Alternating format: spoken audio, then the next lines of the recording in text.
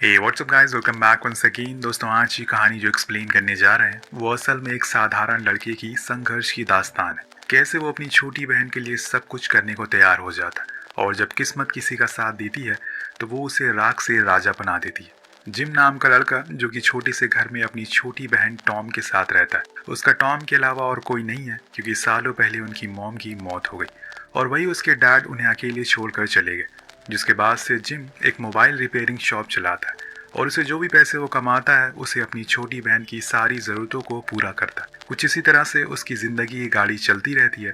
पर एक दिन उसका एक्सीडेंट हो जाता है, यानी कि उनकी गाड़ी रुक जाती है। जब जिम को पता चलता है कि उसकी बहन की तबीयत बहुत ख़राब है, उसे फ़ौरन हॉस्पिटल बुलाया जाता है, जहाँ उसे पता चलता है कि टॉम के दिल में छेद है। उन्हें फ़ौरन उसका इलाज करवाना होगा वरना हालात और बिगड़ सकते हैं। अभी तक तो सब ठीक था क्योंकि जिम तो ऑपरेशन के लिए राजी हो जाता है, पर जब वो उसके पैसे सुनता है तो उसके होश उड़ जाते हैं, जो कि तकरीबन 7 लाख रुपए था। इतने पैसे उसने आज तक कभी रियलिटी में देखे भी नहीं थे। आखिर कैसे वो अपनी बहन का इलाज करवा पाएगा। जब वो घर आता है तो टॉम उसकी राह देख रही थी। वो उसे झूठ बोलता है कि वो शॉप से आए, पर आज वो जितनी भी बात करता है हर बात पर इमोशनल हो जाता है। टॉम नादान थी, इसीलिए उसे ज्यादा कुछ समझ नहीं आता, लेकिन जिम ने ठान लिया था कि वो कैसे भी करके अपनी बहन का इलाज तो करवा कर रहेगा, चाहे उसे कुछ भी क्यों ना करना पड़े।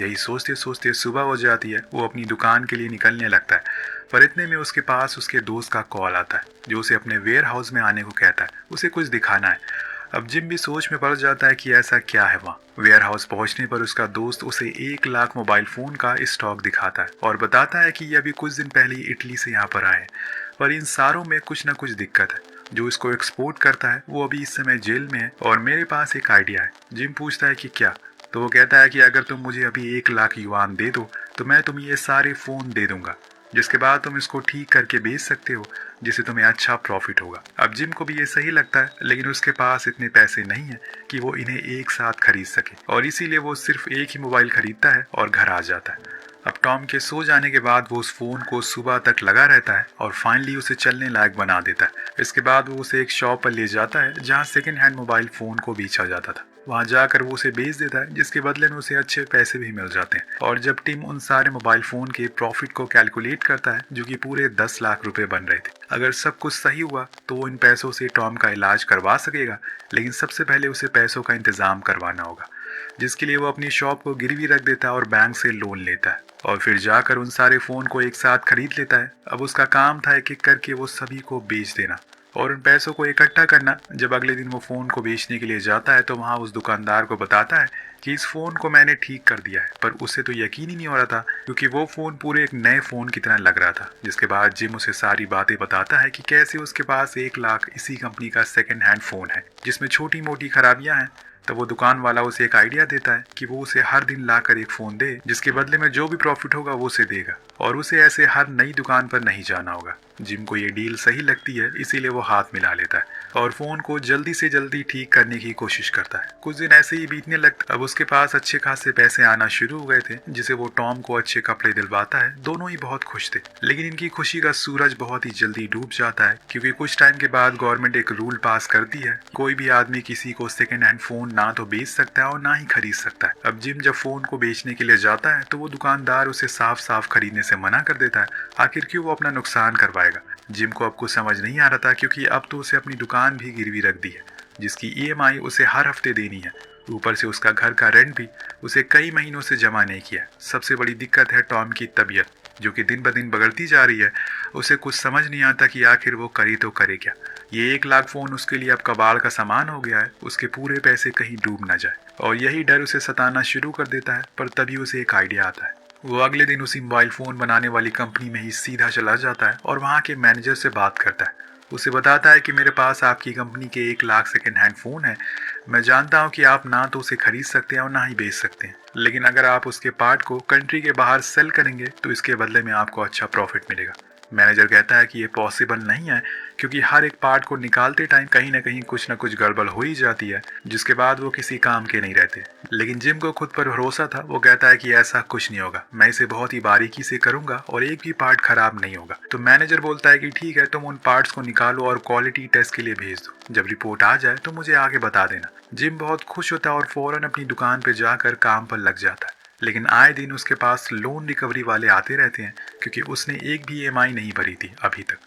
अगर ऐसा ही चलता रहा तो कुछ ही महीनों में वो अपनी दुकान खो देगा, पर वो फिर भी उसी फ़ोन को बनाने में लगा रहता है।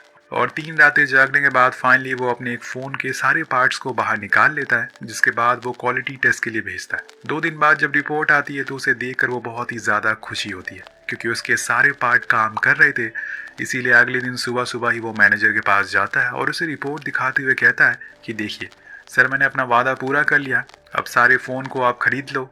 तो मैनेजर बोलता है कि तुम पागल हो गए हो क्या? मैंने ये कब कहा कि मैं इन्हें खरीद लूंगा? मैंने बस इतना बोला कि मुझे आकर बता देना कि ये तुम्हारा ये काम हो जाए। अब ये बात सुनकर जिम को बहुत गुस्सा आता है और वो सीधा जाकर मिलता है उस कंपनी के मालिक से, जिसका रास्ता रोककर वो उसे बात करने की कोशिश करता है, लेकिन उसकी ट्रेन छूट रही थी। इसीलिए वो जाकर अपनी कार में बैठ जाता है और जिम से कहता है कि वो वापस आकर उससे बात करेगा, लेकिन जिम के पास कहाँ इतना समय है। इसीलिए वो अपने रेलवे स्टेशन की ओर भागना शुरू कर देता है और इसी चक्कर में उसे काफी चोटें भी आती है, लेकिन वो फिर भी गिरते पड़ते जैसे तैसे करके उस सीट पर जाकर बैठ जाता है जिसके सामने कंपनी का ओनर बैठा था। और वो उसे अब आराम से अपनी बातें बताता है। उनकी बातें और उसके हुनर को देखकर ओनर उसकी काफी तारीफ करता है और उसके हौसले की दाद भी देता है, पर वो उसे साफ साफ मना कर देता है कि वो उसके फोन को खरीद नहीं सकता क्योंकि वो गैर कानूनी है। पर हाँ, अगर वो उनके सारे पार्ट्स को निकाल कर क्वालिटी टेस्ट में पास करवा ले तो वो उन्हें खरीद सकता है। पर याद रहे, ऐसा करने में वो उसकी कोई भी मदद नहीं करेगा, सब कुछ उसे खुद ही करना होगा। अब अगले स्टेशन पर जिम उतर कर सोचने लगता है कि क्या ये मुमकिन है, क्योंकि ना तो उसके पास पैसे हैं और ना ही कोई टीम, ना ही कोई मशीन। अकेले वो इतने फ़ोन को कैसे ठीक कर सकता है? अगर करने बैठा तो सालों लग जाएंगे, पर उसके पास कोई ऑप्शन भी तो नहीं है। वो टॉम को स्कूल से लेकर वापस आता है। वहाँ वो अपने बड़े भाई की चोटों को देख लेती है जो उसे आज सुबह सुबह लगी थी। जिम उसे कुछ नहीं बताता, पर टॉम कहती है कि अगर आज माँ होती तो आपको बहुत डांटती। अगर आपको कुछ हो गया तो मेरा क्या होगा? क्या कभी आपने इस बारे में सोचा है? जिम कुछ नहीं बोलता, लेकिन उसकी आंखों से आंसू आए जा रहे थे जिन्हें वो छुपा लेता है और घर आ जाता है जहाँ पर टॉम उसकी चोटों पर दवाइयाँ लगाती है। वहीं जिम चुपचाप बैठा रहता है, यही सोचता रहता है कि आखिर वो इतने बड़े काम को अंजाम कैसे दे। उसे एक टीम की जरूरत है और किसी भरोसेमंद इंसान की भी, जिसके लिए अगले दिन वो अपने पड़ोसी यूंग के पास जाता है जो अपने बूढ़े पिता के साथ रहता है। अब यहाँ जिम उन्हें सब कुछ बताता है, लेकिन यूंग का कहना था कि अगर ये काम नहीं हुआ तो वो सब कुछ खो देगा। पर जिम के लिए सबसे बड़ी चीज है उसकी बहन। अगर उसने उसे खो दिया तो वो खुद को कभी माफ नहीं कर पाएगा। वो यूंग से कहता है कि आपने हमारा बचपन देखा है, खुद से ज्यादा मैं आप पर भरोसा करता हूँ, इसीलिए मैं आपके पास आया हूँ। मेरे पास बस 6 महीने का समय बचा हुआ है ताकि मैं टॉम का इलाज करवा सकूं और मुझे ये रिस्क उठाना ही पड़ेगा। उसकी कहानी सुनकर यून मान जाता है, जिसके बाद जिम अपनी दुकान और अपनी स्कूटी को बेच देता है ताकि वो अब किसी ऐसी जगह को रेंट पर ले सके जहाँ उन्हें 1 लाख फ़ोन को रख कर ठीक कर पाए। लेकिन अब उन्हें कुछ लोगों की ज़रूरत है, कुछ ऐसे लोग जिन्हें पैसों से ज़्यादा जिम के ऊपर भरोसा है। वो आने वाले दिनों में उन्हें सारे पैसे दे देगा, पर फिलहाल उन्हें थोड़े पैसों में ही काम करना पड़ेगा। पहले तो ये दोनों एक जगह का बंदोबस्त करते हैं, उसके बाद ये एक सिंगल मदर के पास जाते हैं जिसके बारे में युंग ने जिम को बताया था। वो एक कैफे में काम करती है और उसे टेक्निकल चीजों के बारे में अच्छी जानकारी है, और जब जिम उसे मिलता है तो वो तुरंत मान जाती है। फिर वो एक और आदमी से मिलता है जो अभी अभी जॉबलेस हुआ है, और आखिर में जाकर वो एक लड़के को हायर करता है जो कि एक गेमर भी होता है। वो अपने दोस्तों को भी साथ में जॉब पर रखने की बात करता है और जिम मान जाता है और फिर पूरी टीम काम पर लग जाती है। लेकिन जब जिम के कुछ बूढ़े नेबर को पता चलता है कि टॉम के पास बहुत कम दिन बचे हैं तो वो खुद उसकी मदद करने के लिए आ जाते हैं। सभी मिलकर काम करना शुरू कर देते हैं, लेकिन दोस्तों जिम को कुछ और भी काम करना था, इसीलिए वो दिन में विंडो क्लीनिंग का काम करता था और रात में जब सभी लोग चले जाते थे तो फैक्ट्री जाकर खुद फोन को बनाने में लग जाता था। वैसे ही बहुत दिन चलता रहता है। उसने अब सब कुछ छोड़ दिया था, घूमना फिरना, यहाँ तक कि सोना भी। वो अपना पूरा समय अपनी छोटी बहन को देना चाहता था। उसके लिए वो सब कुछ करने को तैयार था, बस वो कैसी भी करके उन 7 लाख रुपए को इकट्ठा कर सके। अब एक दिन उसी गेमर लड़की की शादी हो जाती है जिसमें जिम अकेले बैठा हुआ था। वो कुछ सोचता रहता है कि तभी उसके पास युंग आकर बैठ जाता है और उसे एक सवाल करता है, ये सब हो जाने के बाद तुमने खुद के बारे में क्या सोचा है? यहाँ जिम की जुबान पर एक ही काम था, टॉम। वो जो कुछ भी कर रहा है बस उसके लिए कर रहा है और आगे भी करता रहेगा। वो युंग को बताता है कि जब उसकी माँ की मौत हुई तो उन्होंने उसे वादा किया कि वो अपनी छोटी बहन को ज्यादा से ज्यादा पढ़ाएगा। वो भले ही खुद स्कूल ना जा पाए, लेकिन वो उसे जरूर भेजेगा। उसकी बातें सुनकर युंग समझ जाता है कि उसके लिए उसकी छोटी बहन कितनी मायने रखती है। अब शादी पूरी हो जाने के बाद वो घर पहुंचता है, पर गेट को देखकर उसके ऊपर एक और पहाड़ टूट जाता है। दरअसल उसने पिछले 4 महीने से रेंट नहीं दिया था, जिसकी वजह से अब लैंडलॉर्ड ने घर में ताला लगा दिया। अपनी बीमार बहन को कंधे पर रखकर वो युंग के घर जाता है और वहाँ उसे सुला देता है और खुद जाकर फैक्ट्री में काम करने लगता है। लेकिन उसे एक दिन एहसास होता है कि वो ऐसे करके युंग के ऊपर और ज्यादा बोझ डाल रहा है। उन्होंने पहले ही उसकी इतनी मदद की है और इसीलिए वो जाकर टॉम को ले आता है और वहीं फैक्ट्री में ही कार्डबोर्ड पर सुला देता है। पर उसे खुद पर बहुत तरस आता है कि उसकी इतनी बुरी किस्मत है कि वो अपनी बहन के लिए एक बेड तक खरीद नहीं सकता। पर दोस्तों, आपने डॉक्टर कलाम सर की एक बात जरूर सुनी होगी कि वो स्ट्रीट लाइट के नीचे पढ़ा करते थे। तब उन्होंने ये नहीं पता था कि आगे जाकर वो इंडिया के रॉकेट मैन और प्रेसिडेंट बन जाएंगे। ऐसे ही सेम जिम को भी पता नहीं है कि आगे आने वाले समय में उसके साथ क्या घटने वाला है। बस इंतजार है तो सही समय का। अब नेक्स्ट डे जब युंग उसे कहता है कि तुम टॉम को यहाँ क्यों ले आए, तो वो उनसे कहता है कि उसे अपनी छोटी बहन के बिना नींद नहीं आती। ऐसे ही दिन बीतने लगते हैं। टॉम के ऑपरेशन का दिन और करीब आने लगता। साथ में जिम के पैसे भी अब खत्म हो रहे थे। अब एक दिन जब वो देर रात काम करते करते सो जाता है तो टॉम उसे उठाती है और बताती है कि उसने बाहर कुछ लोगों को देखा है।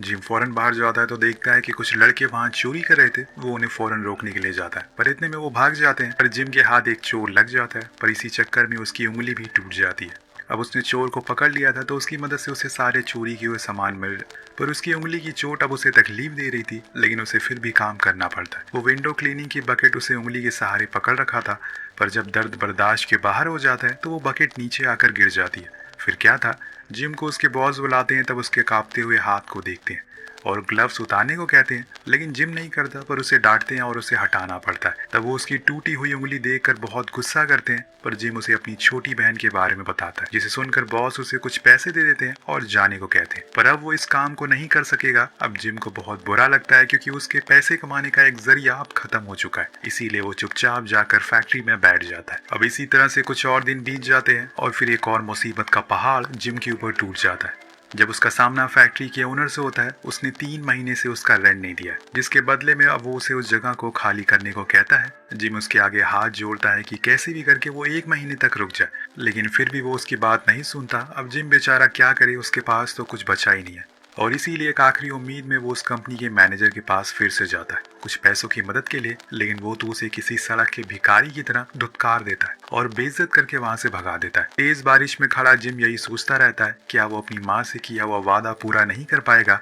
आखिर क्यों भगवान सिर्फ गरीब और लाचार लोगों को ही परीक्षा लेते हैं? क्या सारा गुनाह उन्हीं का है? अमीरों ने कुछ नहीं किया है? और यही सब सोचते सोचते वो घर आ जाता है। जब अगले दिन फैक्ट्री जाता है तो उसका सारा सामान बाहर फेंक दिया जाता है। जिम बेबस होकर बैठ जाता है कि तभी वहाँ उसकी टीम आकर उसे पूछती है कि क्या हुआ।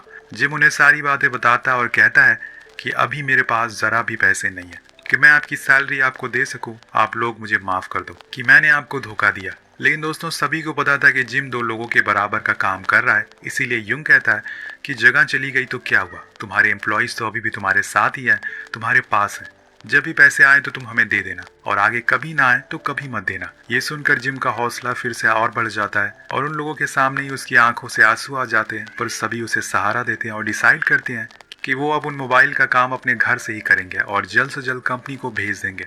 बात के मुताबिक सभी लोग अपने घर में काम करना शुरू कर देते हैं और भी मेहनत से, और 1 लाख फोन के पार्ट अलग अलग करके बॉक्सेस में भर देते हैं। फिर आखिरकार वो दिन आ जाता है जब उन्हें उन पार्ट्स को कंपनी में भेजना था टेस्टिंग के लिए, जिसके बाद ही उन्हें पता चलेगा कि उनकी मेहनत रंग लाई है या नहीं। यहाँ जिम बहुत ही नर्वस था क्योंकि ये उसकी अकेले की मेहनत नहीं है, बहुत सारे लोग इसमें जुड़े हैं। अब 2 हफ्तों बाद उन सभी को कंपनी का सीईओ बुलाते हैं और कहते हैं कि मुझे अच्छा लगा कि तुमने इस ऑर्डर को टाइम पर पूरा किया और सारे पार्ट ने क्वालिटी टेस्ट को पास कर लिया है।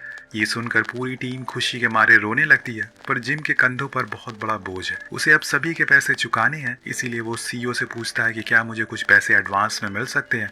तो वो कहता है कि पैसे भी लो और 2 साल का कॉन्ट्रैक्ट भी, हमारी कंपनी के साथ कोलैबोरेशन करो। सीईओ उसे 50 लाख युआन का चेक थमाते हैं और कहते हैं कि बाकी काम पूरा होने के बाद। अब यहाँ पूरी टीम अपनी इमोशन को अपने अंदर दबाए हुए बाहर आती है, लेकिन ज्यादा देर खुद को रोक नहीं पाती। लिफ्ट में जाते ही वो सभी चिल्लाना शुरू कर देते हैं। जिम सभी को गले से लगा लेता है, उसने अपना वादा पूरा किया, साथ में अपनी पूरी टीम की जिंदगी बदल डाली। सबसे पहले तो वो टॉम का ऑपरेशन करवाता है जो कि कामयाब होता है। अब यहाँ से कहानी 6 साल बाद आगे बढ़ती है। दोस्तों, जैसे कि हमने कहा था कि एक दिन जिम के समय का पहिया भी घूमेगा, वो समय आ चुका है। उसे हम एक स्टेज पर देखते हैं। अब वो खुद की नाइस व्यू कंपनी का सीईओ बन चुका है। उसने लाख करोड़ फोन बेच डाले और आज वो करोड़ों का मालिक है। लेकिन एक चीज आज भी नहीं बदली, उसकी छोटी बहन के लिए उसका प्यार। उस भीड़ में वो लोग भी बैठे हैं जिन्होंने जिम के ऊपर भरोसा किया, उस पर यकीन किया। उसकी पूरी टीम उसके लिए तालियां बजाती है। जैसे हर सिक्के के दो पहलू होते हैं, जैसे रात के बाद दिन आता है, सेम उसी तरह से बुरे दिनों के बाद अच्छे दिन भी आते हैं। बस आप मेहनत करते रहिए, क्योंकि किसी ने कहा है कि कचरे के ढेर भी एक दिन जगह बदलते हैं। तो आप तो फिर भी एक इंसान है। इसी के साथ ये कहानी यहीं खत्म हो जाती है। मिलते हैं अगली वीडियो में। Peace out.